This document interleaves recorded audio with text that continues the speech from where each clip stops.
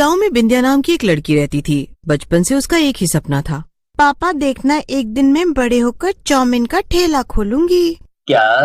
अरे बिंदिया, दूसरे बच्चों के क्या क्या सपने होते हैं। किसी को डॉक्टर बनना होता है तो किसी को पुलिस, और तू यहाँ चाउमीन का ठेला खोलने के सपने देख रही है। क्या तू भी? तो क्या हुआ पापा, मुझे चाउमीन इतनी ज्यादा पसंद है, मुझे तो उसका ठेला ही खोलना है बड़े होकर। और चाउमीन के ठेले पर डॉक्टर से भी ज्यादा कमाई होती है। आप कुछ नहीं जानते पापा। अच्छा, ठीक है, जो मर्जी आए वो कर। अब तुझे अपनी ही करनी है तो मैं आखिर कर भी क्या सकता हूँ। बस तेरा साथ दे सकता हूँ, वही करूँगा। जब बिंदिया छोटी उम्र में ये सब बातें करती तो उसके पिता उसकी बातों पर इतना ध्यान नहीं देते थे। उन्हें लगता था कि वो छोटी है, इसीलिए ऐसी बातें करती है। मगर वो नहीं जानते थे कि बिंदिया वाकई में अपने सपने को लेकर बहुत गंभीर थी।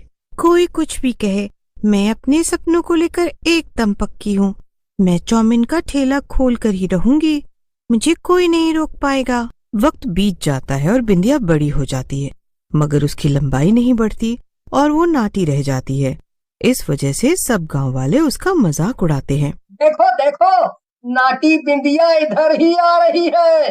अरे दिखाई भी कैसे देगी, ये तो एकदम जमीन में घुसी हुई है।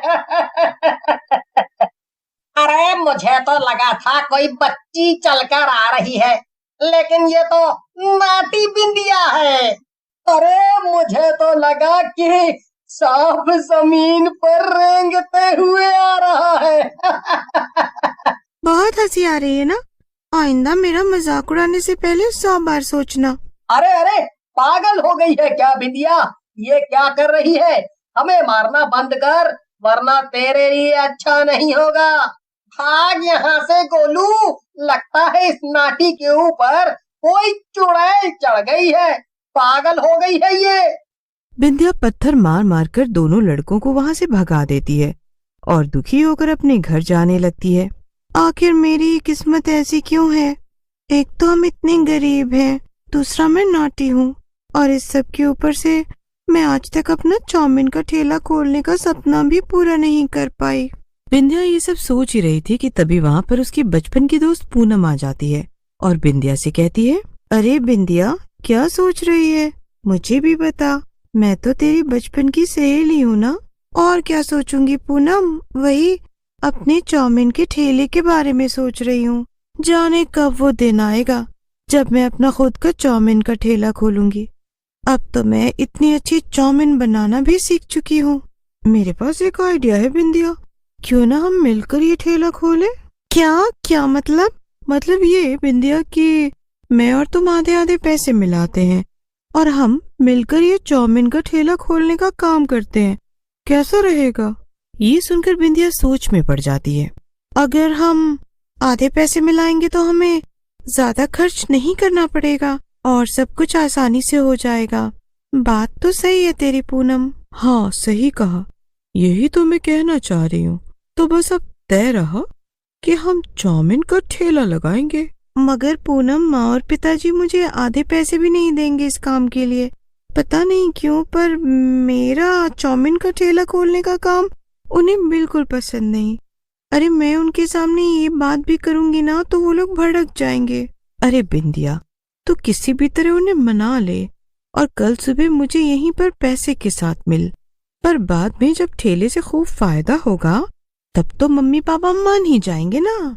बिंदिया को ये तरीका बहुत पसंद आता है और वो सोच लेती है कि अपने माँ बाप से पैसे मांगने की बजाय वो घर से चुपचाप सारे पैसे ले आएगी और बाद में उन्हें सब बता देगी। फिर क्या था, अगले दिन बिंदिया चुपके से सारे पैसे लेकर पूनम से मिलती है। बिंदिया, सब पैसे ले आई ना? हाँ हाँ, ये ले पूनम, बड़ी मुश्किल से लाई हूँ ये पैसे। ठीक है, ये सब मुझे दे दे।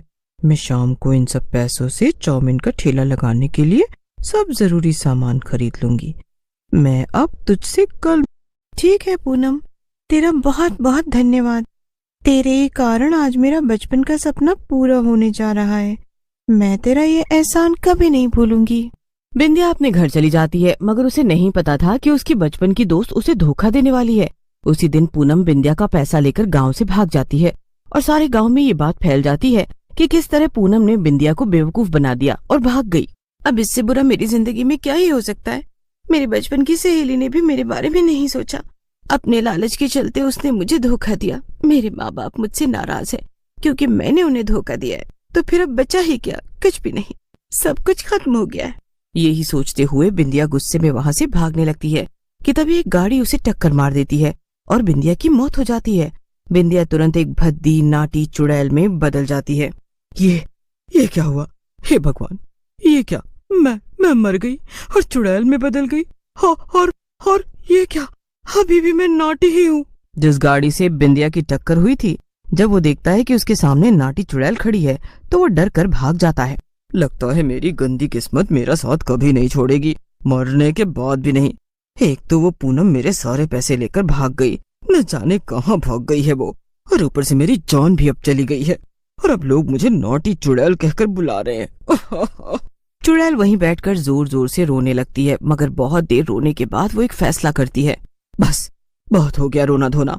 अब सबसे पहले मैं इस पूनम को ढूंढूंगी और उससे अपने सब पैसे वापस लूंगी और उसे अच्छा सबक भी सिखाऊंगी और फिर मैं अपने बचपन का सपना पूरा करूंगी, यानी मैं इस गांव में अपने चाउमीन का ठेला खोलूंगी। खुद से ये कहकर नाटी चुड़ैल पूरे गांव में पूनम को ढूंढने लग जाती है, मगर वो उसे कहीं नहीं मिलती। काफी ढूंढने के बाद चुड़ैल को एक ख्याल आता है। मैंने सब जगह देख लिया मगर वो पूनम अभी तक नहीं दिखी। माना कि वो इतनी बेवकूफ भी नहीं कि मेरे पैसे लेकर अब तक घर पर बैठी होगी, मगर क्या पता वहां मुझे कुछ सुराग ही मिल जाए। चुड़ैल सीधा पूनम के घर पहुंचती और देखती कि उसके घर पर ताला लगा हुआ था। ये क्या? घर तो बंद है, मगर अब मेरा चुड़ैल होना कुछ तो काम आएगा ना। अभी जादू से अंदर घुस जाती हूँ और पता करती हूँ कि आखिर माजरा क्या है। चुड़ैल जादू करती है और घर के अंदर घुस जाती है, लेकिन अंदर भी पूरा घर खाली पड़ा था और वहाँ कुछ भी काम का नहीं था। लेकिन तभी चुड़ैल की नजर एक खत पर पड़ती है। वो जमीन पर पड़ा था। ये खत कैसा है? लाओ अभी पढ़कर देखती हूँ। चुड़ैल वो खत पढ़ने लगती है और चौंक जाती है। मेरी प्रिय पूनम, उस नाटी बिंदिया को उल्लू बनाकर जब तुम मेरे पैसे लूट लेना तो मुझे गांव के बाहर मिलना। फिर हम दोनों दूसरे गांव ललकपुर में जाकर साथ में चाउमीन का ठेला खोलेंगे और खूब कमाई करेंगे। तुम्हारा प्रिय राजकुमार। ये सब पढ़कर चुड़ैल को बहुत गुस्सा आता है। मुझे धोखा देकर दूसरे गांव भाग गई और ये कौन सा राजकुमार आ गया है हमारे गांव में जो मेरे पैसों से चाउमीन का ठेला लगाने जा रहा है। अभी जाकर खटिया खड़ी करती हूँ इस राजकुमार की और इसकी पूनम की। चुड़ैल उस खत को फाड़कर फेंक देती है और जल्दी से लालकपुर गांव पहुंच जाती है। थोड़ी देर ढूंढने के बाद आखिरकार नाटी चुड़ैल को पूनम दिख ही जाती है। वो एक ठेले पर एक मोटे आदमी के साथ खड़े होकर चाउमीन बना रही थी। क्यों री पूनम, मुझे धोखा देने के लिए यहाँ इस मोटे के साथ चाउमीन का ठेला खोलकर बैठी है तू? तुझे जरा सी भी शर्म नहीं आई ऐसा करते हुए? ये कौन बोला? अरे गुज्जू, कुछ आवाज आई क्या? जैसे किसी ने मेरे कान में कुछ कहा। और वो गुस्से में पूनम और उसके मोटे राजकुमार दोनों को पेड़ से उल्टा लटका देती है। अब दोनों वहीं लटके रहो जिंदगी भर। मेरे जादू की वजह से ना तो तुम्हें कोई वहां लटका हुआ देख सकेगा और ना ही कोई तुम्हारी आवाज सुन सकेगा। क्या? मगर तुम हो कौन और हमारे साथ ऐसा क्यों कर रही हो? लगता है अब तक तूने मुझे पहचाना नहीं पूनम। और मैं और कोई नहीं, बिंदिया हूँ, बिंदिया। और अब मैं अपना ये प्यारा चाउमीन का ठेला ले जा रही हूँ।